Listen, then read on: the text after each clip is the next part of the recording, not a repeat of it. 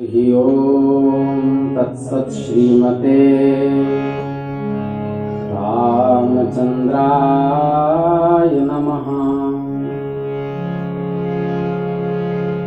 श्रीमते रामानंदाचार्याय नमः।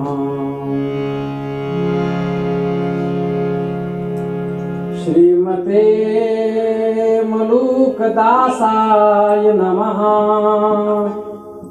ओम नमः परमहंसास्वादित चरण कमल चिन्मकरंदाय भक्त जनमानस निवासाय श्री रामचंद्राय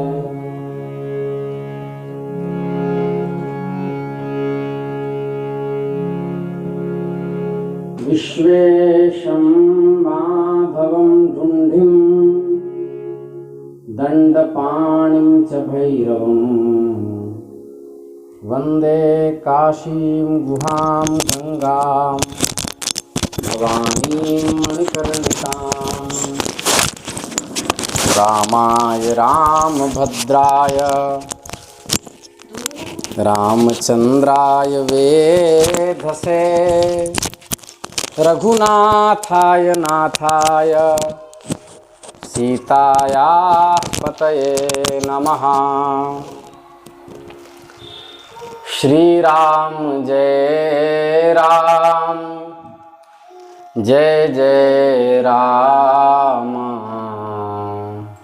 श्री राम जय राम जय जय राम।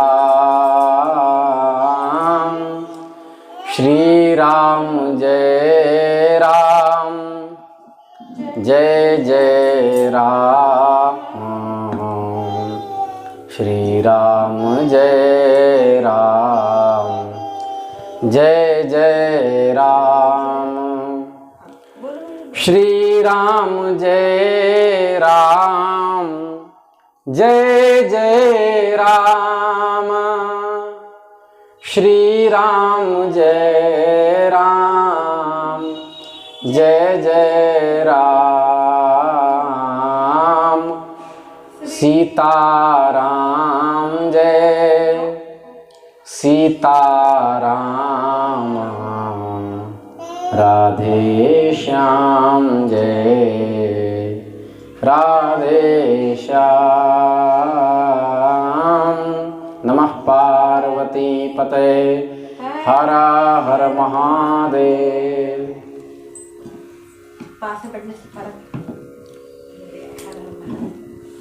भक्तवांछा कल्पतरु भक्तवत्सल शरणागत वत्सल दीन बंधु दया सिंधु कृपा सिंधु भगवान श्री हरि की असीम अनुकंपा से हम आप सब आज पुनः भगवत पाद शंकराचार्य जी के चरित्र से सत्संग लाभ प्राप्त कर रहे हैं। कल हम लोगों ने सुना, हम लोग श्रवण कर रहे थे गृहस्थ की महिमा।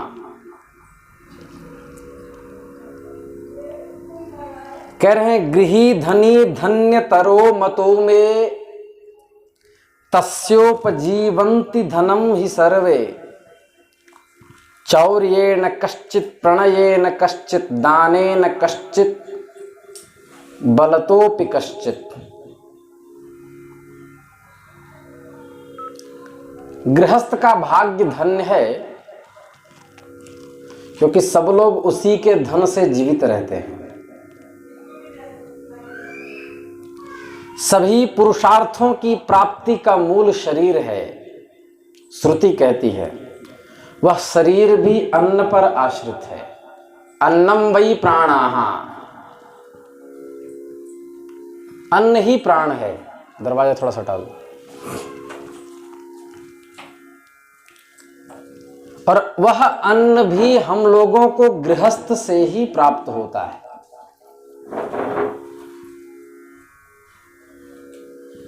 इसका मतलब संसार के जितने भी फल हैं वो सब के सब गृहस्थ रूपी वृक्ष से ही प्राप्त होते हैं।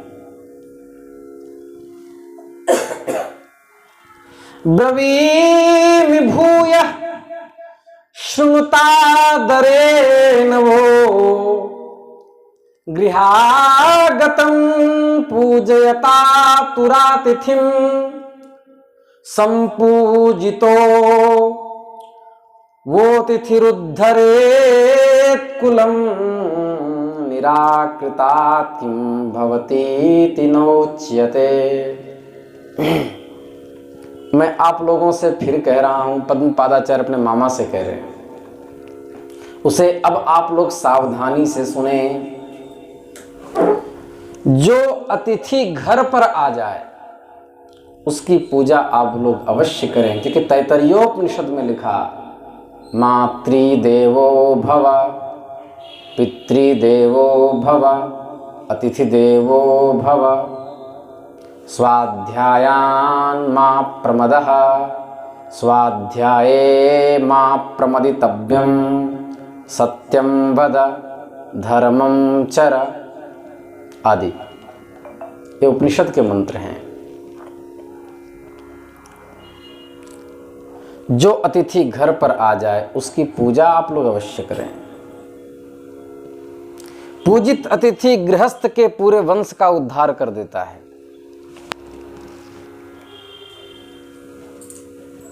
यदि उसका निरादर किया जाए तो उसको कितना पाप होता है उसे कोई बतला नहीं सकता। तो यदि निरादर किया गया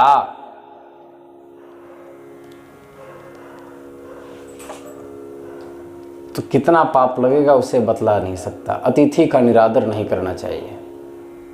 अतिथि किसे कहते हैं? जिसकी कोई तिथि नहीं हो, जो बतला कर ना आवे।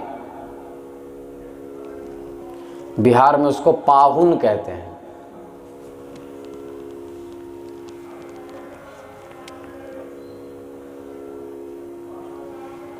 राम जी के बारे में आया है ना, बक्सर की सखियां गाती हैं, ए पहुना हो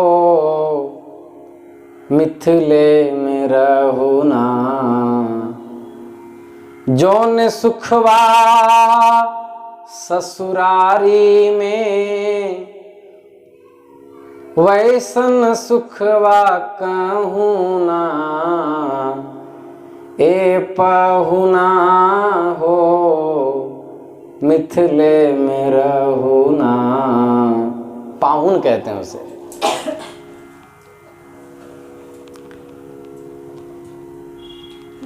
बिना विसंधिम कुरुत श्रुतिरितम, कर्मद्विजानो जगत जगतामधीश्वरः, तुष्येदति प्रार्थनयापि तेन, स्वान्तस्य शुद्धिर्भविता चिरेणवः। हे ब्राह्मणों, मेरे इस कर्म से परमात्मा प्रसन्न हो, इस प्रकार प्रार्थना करते हुए अतिथि की सेवा करनी चाहिए। भगवान इससे प्रसन्न होंगे, ऐसी प्रार्थना करते हुए।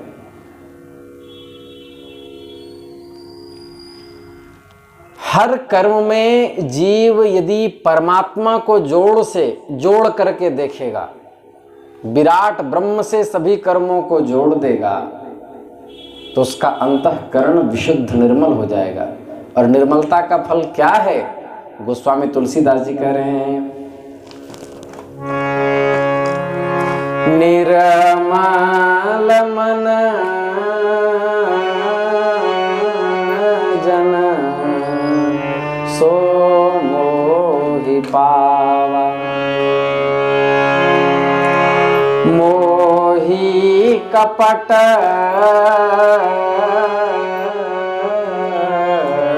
छल छिद्र न भावा।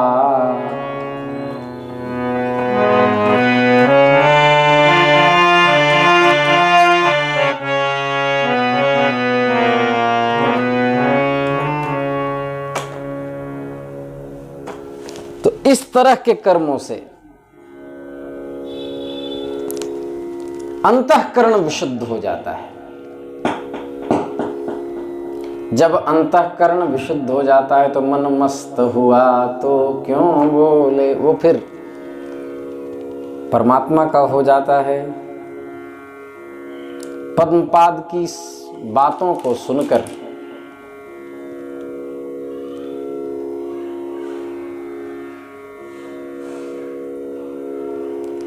मामा कहने लगे कि हम लोग हे भगवान निरंतर विषय सुखों में प्रवृत्त रहते हैं। हम लोग मधुर भाषणी सुंदरियों में आसक्त होकर घर में ही पड़े रहते हैं। फिर भी यतिराज सन्यासियों के चरण घर पे पड़ने पर उनके चरण कमलों के सेवन से हमारे क्लेश दूर हो जाते हैं। हम लोग पवित्र होकर पुण्यवान बन जाते हैं। फिर पद्मपाद को उन्होंने भिक्षा दी। भिक्षा देने के बाद छिपाकर वस्त्र के पल्ले में रखे गए जो शिष्यों के हाथ में शांकर भाष्य के ग्रंथ, उस पर मामा की दृष्टि पड़ी। उन्होंने कहा ये क्या है? बोले ये भगवत पाद सद्गुरुदेव भगवान की लेखनी है। मामा को भेंट किया। शांकर भाष्य के ऊपर उन्होंने टीका लिखी थी।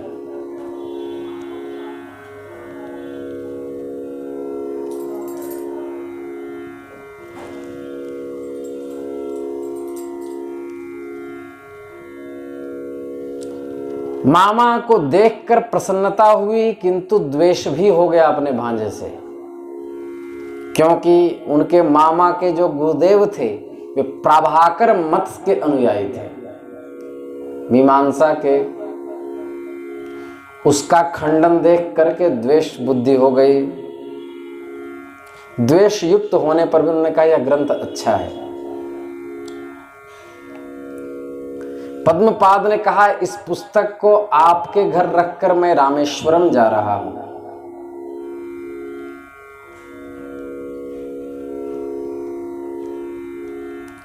हे विद्वन, विद्वन यद्वद गौ गृहादौ परेशाम प्रीतिः पूर्णा नस्तता पुस्तभारे।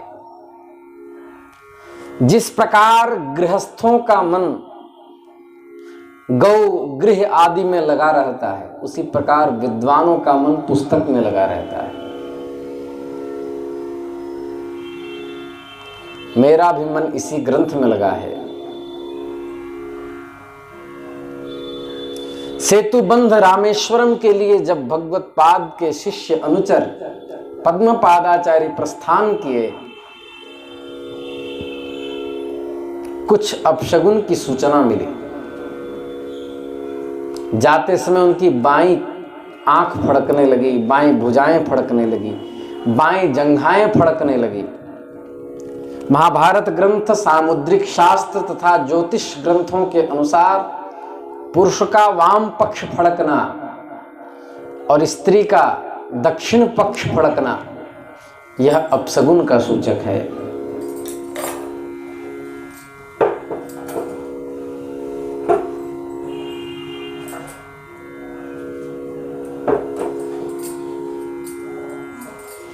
यह अपशगुन है।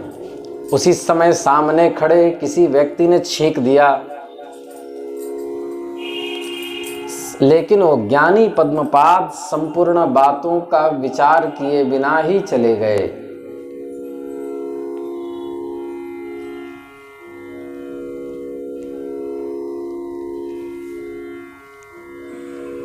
पद्मपाद के चले जाने पर उनके मामा ने सोचा कि इस अपने भांजे के टीका के खंडन करने की क्षमता मेरे अंदर तो है नहीं, क्योंकि मेरा भांजा दुर्धर्ष विद्वान निकला।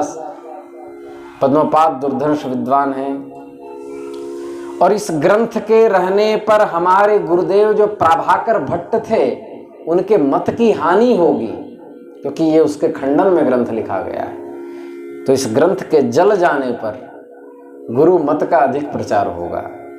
अतएव अपने पक्ष के, अपने गुरु के मत के नाश होने की अपेक्षा मेरे घर का नाश हो जाए, यह सही है।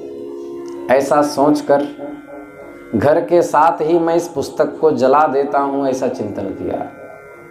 यह सोचकर उन्होंने अपने घर में आग लगा दी। चिल्लाने लगा, मेरे घर में आग लग गई, आग लग गई, आग लग गई।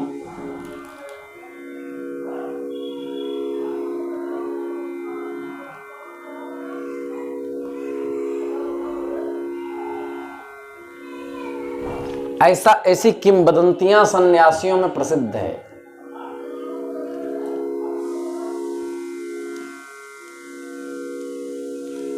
क्योंकि पाप करने वाले को जितना पाप लगता है उससे 2 गुना उस पाप के प्रचार करने वाले को लगता है।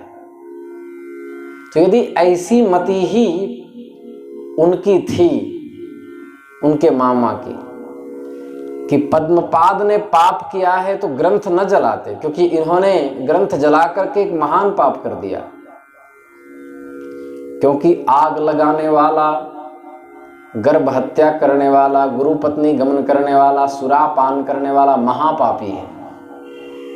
इसका कोई प्रायश्चित नहीं है। आज ही महाभारत के शांति पर्व की कथा में दास को मिला। सेतुबंध रामेश्वरम पहुंच गए।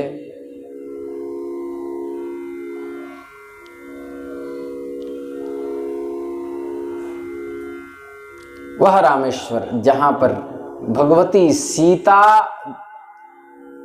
का अपहरण, छाया सीता का अपहरण पुलस्त्यवंशी रावण ने किया था, जिन तक पहुंचने के लिए भगवान श्री हरि ने समुद्र पर सेतु का निर्माण किया था। लंका में जाकर रावण को मारकर सीता को ले आए थे, वह सेतुबंध रामेश्वर। उससे पहले उन्होंने शिवलिंग की स्थापना की थी।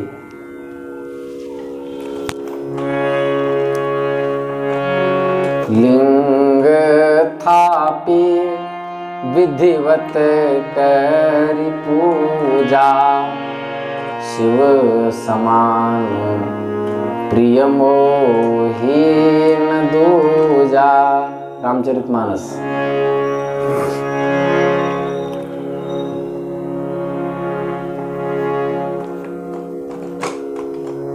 पद्मपाद ने स्नान किया। उन शिवलिंग का नाम राघवेंद्र सरकार ने रामेश्वरम रखा था।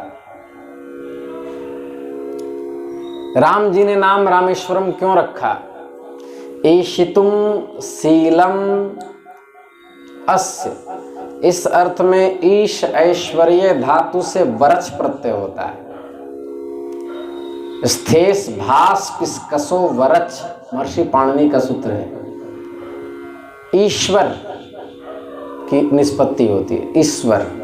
रामस्य ईश्वरः रामेश्वरः।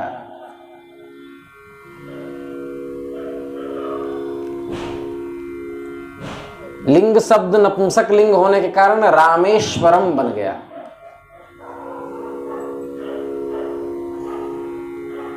रामेश्वरम तो इसका अर्थ हुआ रामस्य ईश्वर, राम जी के जो ईश्वर हैं।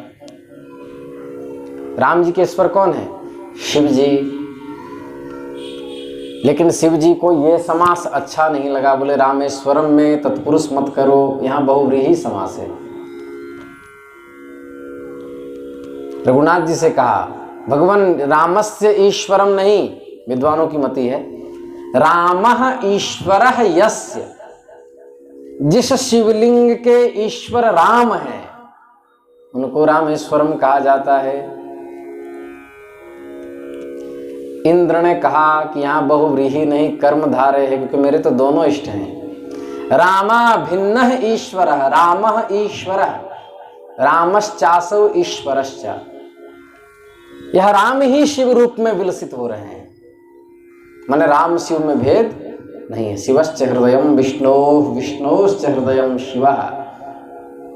रामेश्वरम के 3 समास।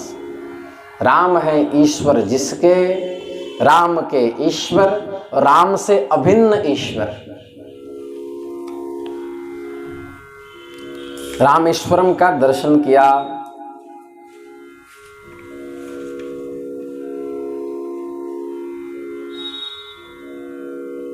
यतिराज इधर पद्मपाद को जब ज्ञान हुआ कि मामा का घर जल गया, उसमें शांकर भाष्य की टीका भी जल गई,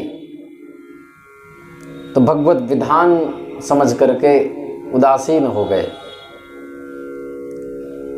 इधर यतिराज शंकराचार्य भगवान अपनी मां के अंतिम संस्कार आदि करके, अंतिम क्रिया समाप्त करके अपने धर्म पालन में लगे हुए थे।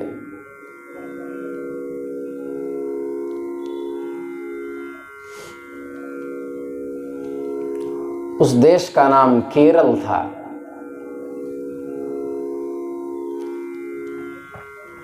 केर मतलब होता है नारियल। जहां पर गगनचुंबी नारियल के वृक्ष अधिक हैं, इसलिए उसका नाम केरल पड़ा। ला आदाने धातु, केरम लातीति केरल।